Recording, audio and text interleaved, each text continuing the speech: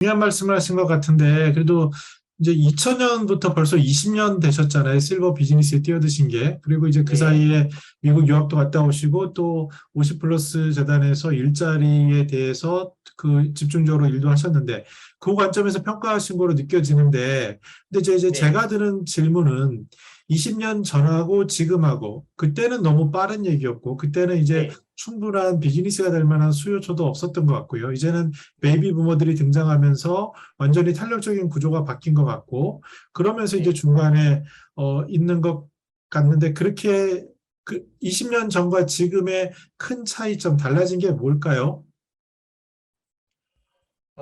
저는 디지털 전환이 중요한 포인트인 것 같습니다.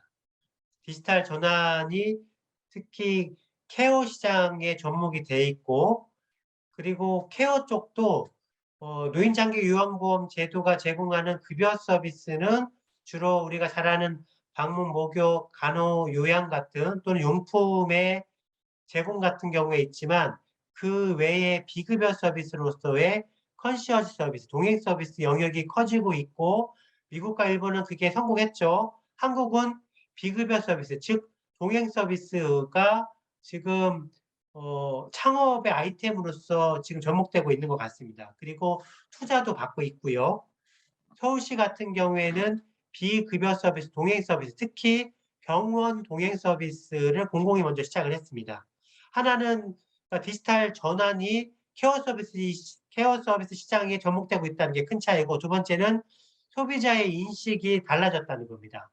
소비자의 인식이라고 하면 일본의 사례를 얘기를 하고 싶은데, 일본에 여러분이 잘 아시는 시세이도라는 화장품 회사가 있죠. 1990년대 후반에 시세이도라는 화장품은 마케팅에서 앞서가다 보니까 브랜딩을 50 플러스라는 키워드를 많이 사용했습니다. 하지만 마케팅적으로 성공하지 못했습니다. 시세이도가 가지고 있는 그런 고품격의 그 퀄리티가 장점임에도 불구하고 50 플러스 세대한테는 먹히지 않았습니다. 그 이유는 시니어들이 그 50 플러스라는 용어에 대해서 호의적이지 않았다는 거죠. 우리나라 지금 안티에이징과 다운에이징이 아직까지 시장의 대세인 것과 똑같습니다. 하지만 시세이도가 불과 10년 후인 2010년 정도를 맞아서는 똑같이 50 플러스라는 용어를 썼는데 마케팅을 성공했다는 얘기를 여러분 들으셨을 겁니다.